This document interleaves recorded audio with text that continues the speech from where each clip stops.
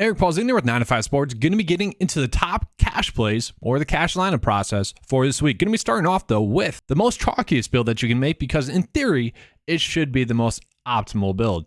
So we'll go through the lineup process, show you guys that chalk build, and then we'll be getting out of here. So hopefully you guys enjoy this video. If you do, give a like and subscribe. That helps me be able to put out more content for you guys. All right, let's get into it. So starting out, what I did was I went to the 9 to 5 lineup optimizer, went to settings, and then set the total settings to 105. Okay, I wanted to make some chalky builds just to show you guys kind of what that would look like. The chalkiest build that I could get, and I don't do defensive ownerships. Don't really matter. You just play the cheapest one if possible, you know? But the highest owned lineup I couldn't find was this one. Trevor Lawrence, Dameon Pierce, Austin Eckler, Corey Davis, Garrett Wilson, Zay Jones. And I think with Corey Davis, you could probably just go to Nico Collins, who should be higher owned than him if you're trying to make a chalky build. Garrett Wilson, Pat Freiermuth, Josh Jacobs, and the Giants D. Okay, so that is a very chalky build on paper today. Obviously, ownerships change throughout the day and whatnot, but just something I found interesting. All right, so getting into it, guys. For me, I have either just been ending up on Joe Burrow or Trevor Lawrence. I think I'm going with Trevor Lawrence. All right, this should be the best game of his career. I keep saying that. Hopefully it comes true. If it doesn't, it's probably going to make me look bad. Oh, well, it's the right process. And it's the right pick today. So, you know, sometimes you just got to play those correct plays and just hope they pan out. And then for cash for the running back position, I've been ending up on Nick Chubb a decent amount. He is a little bit undervalued as well. So there's a good chance that if some of the chalkier running backs don't hit, like Kenneth Walker, potentially Austin Eckler, and Nick Chubb goes off, like him going off could really set you up well in cash today. So gets the best matchup on the slate. We've seen him really have, 2 bad games? That's it. And they're against tougher opponents. Okay. Besides that, has went off, gets his best matchup of the season. Wouldn't be shocking to see him go for 30 DK points. He is someone I'm trying to go out of my way to play.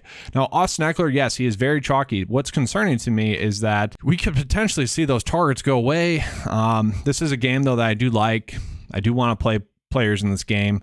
Just 15 targets last week, 12 the week before that. Like, I don't know. That's got to be corrected at some point. Still, yes, if you can afford to pay it for Austin Eckler, I don't think that's the wrong move, especially given the news that Josh Jacobs could potentially sit. If he sits, you know, I wish we could go with Amir Abdullah or Zamir White, but we can't. Okay, I think Abdullah would be, you know, locked into about 12 opportunities total. Could be someone you're looking at, but, you know, not something I love. So if Josh Jacobs sits, it does make the slate more cloudy. I will say Aaron Jones, not a cash play, but I have kind of ended up on him in some cash builds because the ceiling is there. I mean, he went for 35 DK points against Chicago earlier this year. Okay, so great matchup, and I do expect him to have around 16 opportunities, and that should be enough for him to do well. David Montgomery, certainly someone you can end up on as well. He had his best rushing game of the year against Green Bay as well. We've seen him come off of 2 straight very solid games since Khalil Herbert has gotten injured. The biggest worry with him is that Justin Fields is expected to be back. He could take some of those short yardage passes by just scrambling or some potential short yardage touchdowns. Okay, I still don't mind Dameon Pierce. I don't know. I've been struggling to end up on him in cash. He's a great GPP play.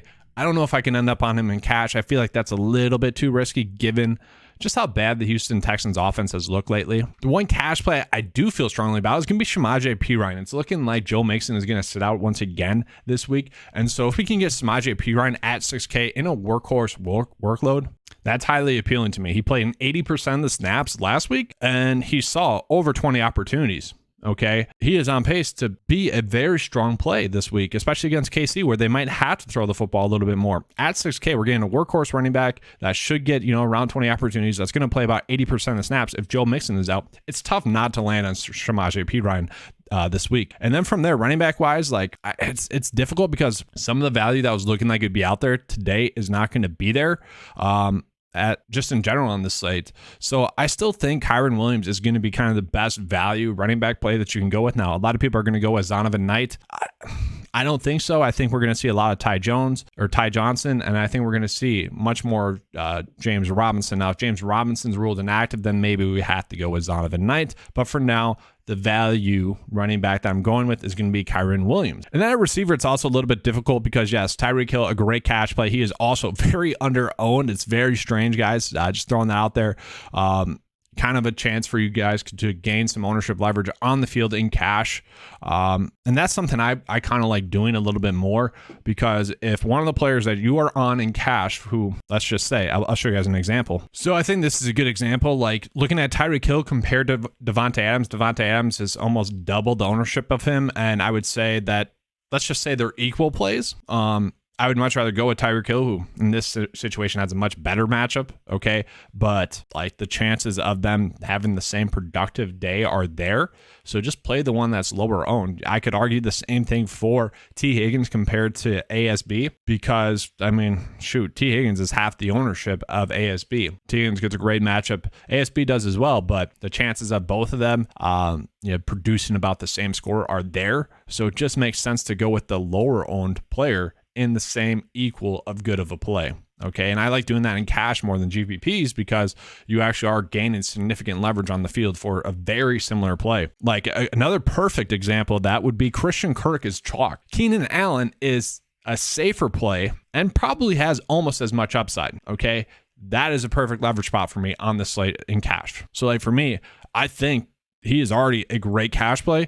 I think we just need to roster him. I mean, guys, in 33% of his snaps against the Raiders, he was able to score 10.6 DK points. Okay, obviously got injured that game. Okay, and then against Arizona and KC had limited snaps, saw 8 targets. Last week against Arizona, played a full allotment of snaps, had 15.9 DK points. He should be a very strong and safe play on this slate, and it's a great chance to really differentiate yourself in cash somehow. Like, I don't really get how Keenan is not chalky. Maybe he isn't more so in cash. My ownerships look at GPPs. You guys probably already know this, but like I kind of have been ending up on Christian Watson. I just feel like it's the correct play. The last few games, just been on the field a ton. 6 and 6 and 8 targets. We'd like to see that be higher. If it was 7, I'd feel much more confident about that, but I'm not going to let one target really change my thoughts on him. Gets a great matchup against Chicago. Okay. And you could argue like 2 out of the 3 games that he's went off were difficult matchups, and you had the Titans playing much better as well. So you get the Green Bay Packers playing against Aaron Rodgers as well, or playing against the Chicago Bears. Aaron Rodgers is going to be turned up to play well. Christian Watson just makes a lot of sense at that cheap price point. I mean, guys, for the 3 games that he has been healthy and active, I don't know if there's been a player that's been more productive to start their career. Like, honestly, I want to know the stats on that. It is crazy. Obviously, the last 3 games are those games I'm referencing. It has been a great run, and that it should continue once again today. Now, if you don't agree with me on Christian Watson, then you're probably looking at Allen Lazard at a cheap price point, or you're looking at Deontay Johnson, who should be a strong safe play as well. Target should be there. He should be a safe cash play. Zay Jones, I'm fine with in cash as well. But guys, I might be ending up on Nico Collins much more than I thought I would. Brandon Cooks is ruled out. Okay.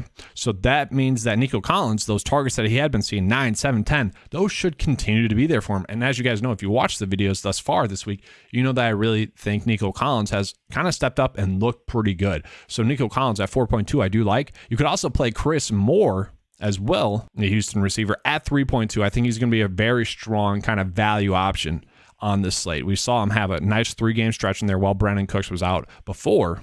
My only worry is that Philip Dorsett also saw a decent amount of snaps when Brandon Cooks was out last. So I don't know if it's going to be Chris Moore for sure. That's why I've just been going with Nico Collins instead. At tight end for me, I like TJ Hawkinson at that price point, a very cheap price point for a guy that's been extremely consistent. Really tough to beat this, to be honest with you. Like, lowest target total at 6, been averaging over 10 DK points with the Minnesota Vikings. Going to be on the field about 90% of the snaps. Like, he is a very strong, safe price point play. George Kittle, I think, is a great GPP play. The chances of him being able to go off and break the slate are definitely there. Like, he could easily go for 25 DK points. Won't shock anyone. Pat Freiermuth is a very strong price point play, I think, this week. 4.3 is a cheap price point. The data thinks so as well. The targets have been there for him. It's going to be a good matchup. Kind of a sneaky game that I like to stack. And then you have Foster Moreau. I think he's going to be a very strong price point play as well. 3.6 is a cheap price point for him. And then with the news that David Njoku is going to be out, you might just be looking at Harrison Bryant as a value tight end play. You guys know my kind of strategy is to really punt at tight end, find the lowest price tight end that's going to give you some points, and that's going to be Harrison Bryant this week. And then also kind of just the lowest price defense and kind of go from there. So yeah, it's just the lowest price defense. And there we go. So we have like 4,000 left over. We have a lot left over to really make whatever lineup we want work. So you could pay up for Austin Eckler, and then you could go up at tight end, but like Greg Dulcich, like we're $100 off from the lineup that I really like. So that is not what I love there. So here's one lineup that I ended up on that I feel pretty good about, kind of using those same plays. Once again, like I kind of just ended up on Aaron Jones a little bit more than I wanted to. And I see this more of a GPP lineup because I think Kittle and Aaron Jones are more GPP plays. Okay. And then here's another decent kind of cash build you can roll with. Now, if you guys disagree with me on Christian Watson, that's fine. Like it's not going to bother me. But we should be locking in, I would say about 8 targets on average between those 3 receivers. And then hopefully like 6 targets here, hopefully 10 DK points from Kyren Williams. And then we're hoping that these 2 just go off and Trevor Lawrence has a great game as well. But that's all I have for you guys for this Cash Plays video. Hopefully you guys enjoyed it. If you did, give a like and subscribe. That helps me be able to put out more content for you guys. All right. Thanks for watching. And as always, let's keep cashing.